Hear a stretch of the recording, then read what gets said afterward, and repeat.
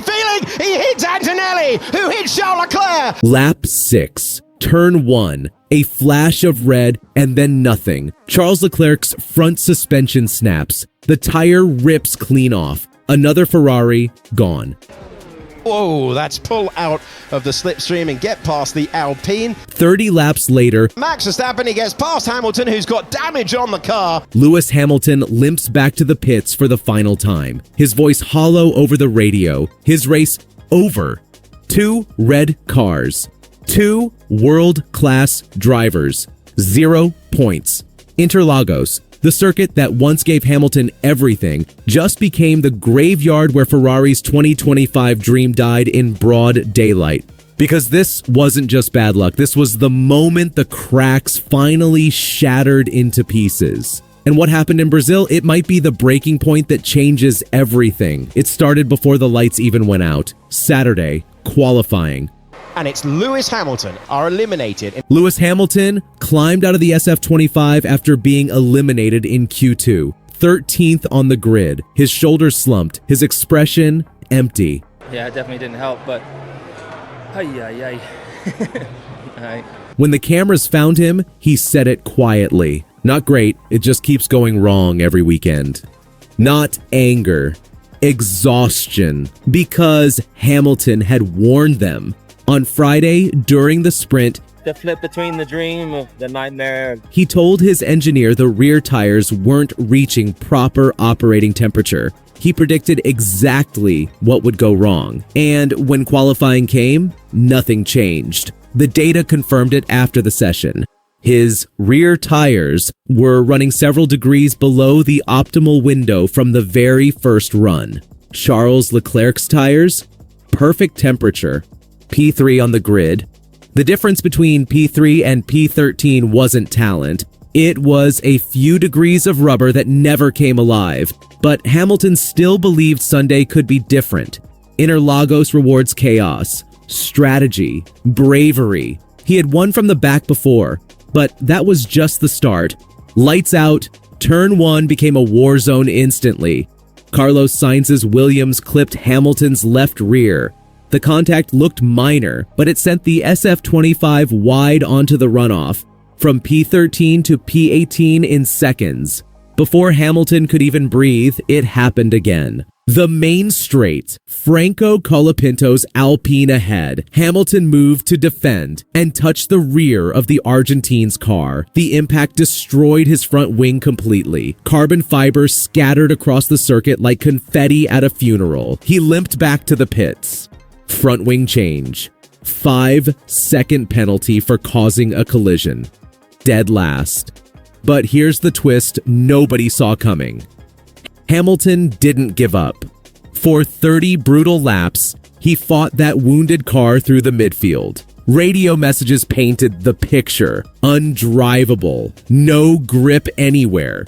The SF25 wasn't just slow. It was broken from the inside out. And still, he pushed. Until Ferrari finally made the call. Retire the car. It's over. Meanwhile, Charles Leclerc's race ended almost as soon as it began. Oscar was optimistic. Kimi knew that Oscar was on the inside, I think. The blame is not all on us, Oscar. Yes, it was optimistic, but yeah.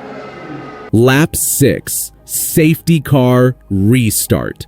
Oscar Piastri went for an optimistic move on Kimi Antonelli's Mercedes, locked up under braking, and sent Antonelli spinning directly into Leclerc's path. The impact was brutal. Front left suspension snapped instantly. The tire ripped clean off. Leclerc parked the car in the escape road, watching his race die in real time. By lap 10, both Ferraris were out. Both drivers walking back to the garage with the same hollow expression.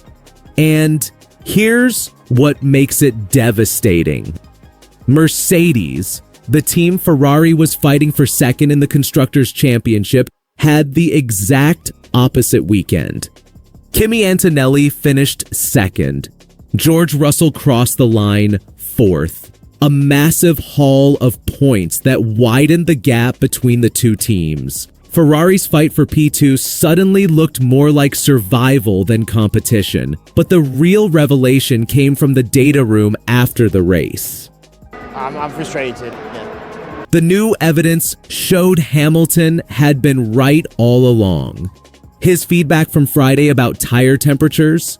Accurate. His suggested warm-up routine changes between Q1 and Q2? Ignored. Ferrari had every opportunity to correct course. They chose caution. And that hesitation destroyed Hamilton's entire weekend. One engineer admitted internally, "We believed the tires would naturally come into range during the flying laps." They never did. Inside the Ferrari paddock, the atmosphere turned toxic. Mechanics packed up tools in silence. Strategists avoided eye contact. The team's social media exploded with devastated fans using one hashtag, EU end this season. "Just retire the car and stop wasting time," one fan wrote. "Every weekend it's the same pain," another added. I'm not happy. This wasn't disappointment. This was despair. For Lewis Hamilton, the statistics became unbearable. For the first time in his entire Formula One career, he faces the prospect of going through an entire season without standing on a podium. A 7-time world champion who joined Ferrari to chase glory. Reduced to a footnote in a season of catastrophic failure. Team principal Fred Vasseur called it a race to forget. Undate'd and made to undersea. And Piastri will be up to second position, but that's a dramatic moment and there's no tyre on the Ferrari for Charles Leclerc. But deep down, everyone knows the truth is harder to swallow. Ferrari didn't just lose a race, they lost confidence. The Brazil double DNF marked the third time this season Ferrari walked away with 0 points, following their disqualification in China and another double retirement in the Netherlands. The same painful pattern every time, flashes of potential followed by chaos. And the emotional toll, it's written on Hamilton's face in every paddock shot. When asked how he was feeling, he sighed. "We just need to regroup and get through this. It's been tough, but we keep pushing." Translation, "I don't know how much more I can take. So where does Ferrari go from here?" Scenario 1. They fix the communication breakdown. Hamilton's instincts start getting prioritized over cold data. The engineers learn to trust the 7-time champion's feedback in real time. And somehow, Ferrari salvages the final races with a shred of dignity intact. Scenario 2. The trust never rebuilds. Hamilton finishes his first Ferrari season without a podium. The headlines write themselves. And when 2026 arrives, the pressure becomes suffocating because everyone will be watching to see if this was just bad luck or the beginning of a failed marriage. Scenario 3, Ferrari doubles down on Charles Leclerc. The data shows he can extract performance from the SF25 that Hamilton simply can't. The team quietly shifts resources. And the most decorated driver in F1 history becomes the number 2 in everything but name. One thing's certain, what happened in Brazil wasn't just a low point. It was a warning shot.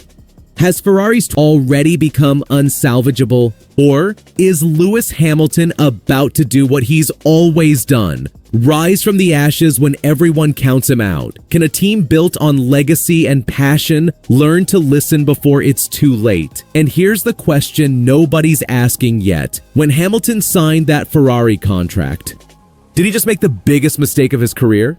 Because in Formula One, sometimes the most painful falls happen on the circuits you love most.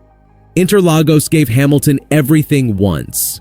Now it's taken something he may never get back. If you made it this far, you already know. This season's not about who's fastest. It's about who can survive when everything falls apart.